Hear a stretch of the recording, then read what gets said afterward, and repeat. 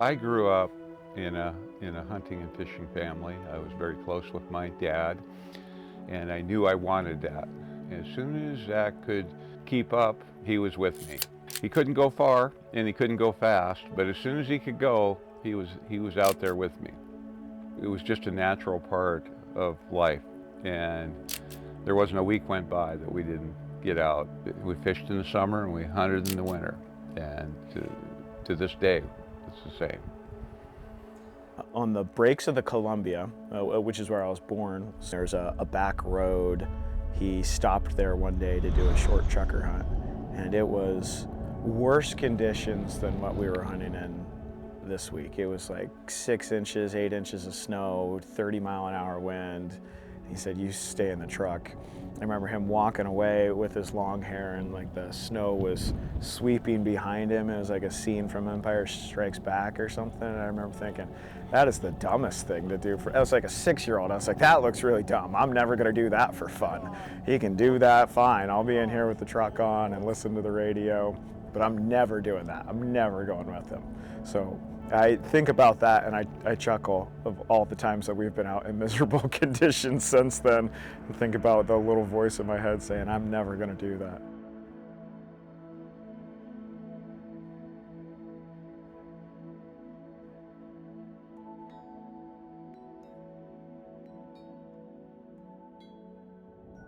Zach is 100% all in all the time, and if that's not good enough, he'll double down. He is the quintessential bird hunter because he walks farther and faster than almost anybody I know. When he was our age, or he was Jennifer's age, he was 10 times more hardcore than me.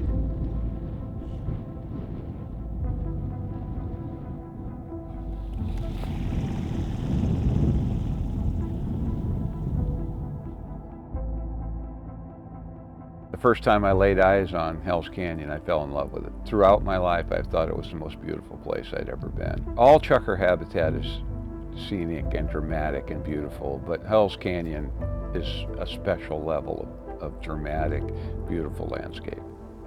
The upland bird season in Washington always ended middle of January, and in Oregon and Idaho it would ended January 31st, so there was a window there to extend your season 2 more weeks, and we got to a point where we said, yeah, we're gonna do that. We need to get more days in.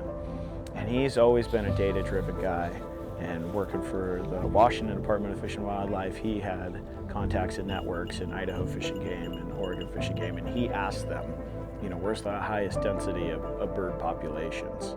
And the answer is always Hell's Canyon. It's always the Snake River. And about the time that we finally committed to doing it, it had gone from record numbers to record drought to low numbers. And we went on the Snake just downriver here a ways, but we found ourselves driving back here every day. We were just kind of going from spot to spot, getting little hunts in, understanding the landscape and the habitat, which he's really good at, doing a lot of onyx studying and seeing what's appropriate for our hunting ground. And we've done that in New Mexico, we've done it in Arizona, we've done it in Montana, and that's exactly what we did here. It does look like he's on point 120 yards ahead of us.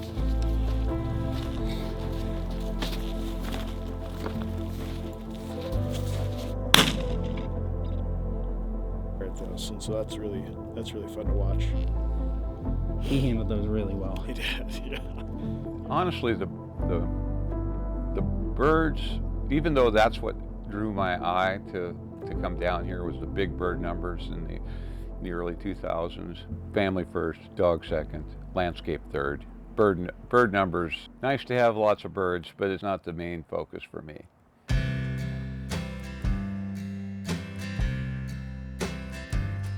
It's drier here in Baker.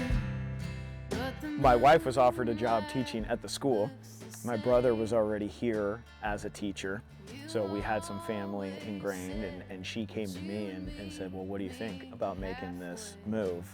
And my highest priority was to be supportive of whatever she thought was best, but also the idea and the notion of getting to live, you know, in this valley and next to my brother was pretty exciting. And so it was an interesting thing to balance where, I didn't want to come across too enthusiastic and make it all about the bird hunting, but I was also subtly supportive of the idea.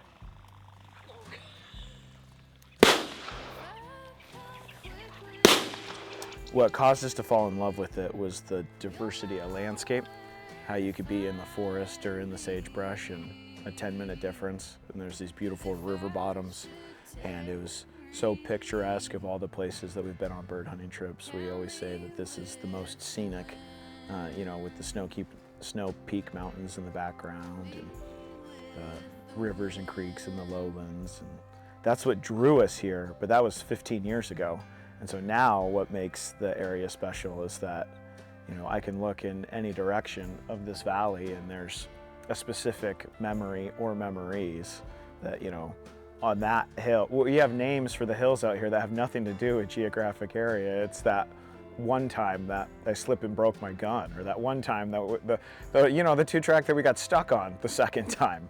Those are the things. And so I got a chance to stand on this deck or stand at home and look out over the landscape, and it's a living photo album. My first small Munsterlander got his very first pointed chukar not too far from where we hunted yesterday, and that's where he rests now. We were living here when his time came, and so now I get to go out and visit him on the same hillsides that I was hunting with him 15 years ago, and that's what makes it special at this point. The beauty at first, but then you start to build a relationship beyond just looks, and it makes it that much deeper. Whitney, an amazing partner, incredible wife. She realized that when we were first together, if I wasn't hunting by myself, I was hunting with my dad, and that was it. It was A-B options. And she said, well, why don't you branch out a little bit? I said, I don't like the sound of that. But she insisted, and I started, building a network. That provided a lot of perspective. And I just kind of told them how I got so passionate about upland bird hunting and the trips that my dad and I have made and the trips that we used to make down here. And they all said the same thing. Wow, that's so cool that you get to do that with your dad. I wish I had done that with my dad. And I always kind of looked at him cockeyed because I just assumed everybody had this relationship with their parents because it was all I had ever known. And when I was explaining that to them, they're like, oh man, I'm just now realizing how uncommon this is. They were like, yeah, no kidding, numbskull. You better make sure that you take as much opportunities as you can, live it up as best you can while you still have it, because it's not gonna be here forever. It's not always about how many birds are in the bag or even how many points the dog has. If I had to choose between Gus and Mac going on point 20 times in a day, me being by myself, or Gus and Mac going on point 3 times a day, but I get to experience it with Dad one more time, I'm gonna take that every time.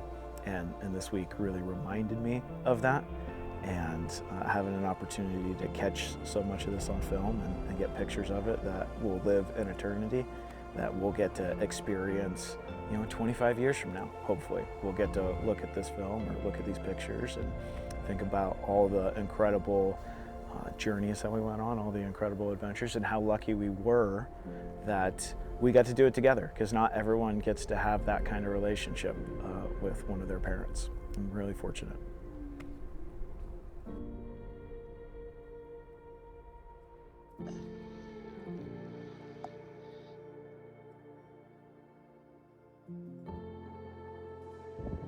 Come. Good boy.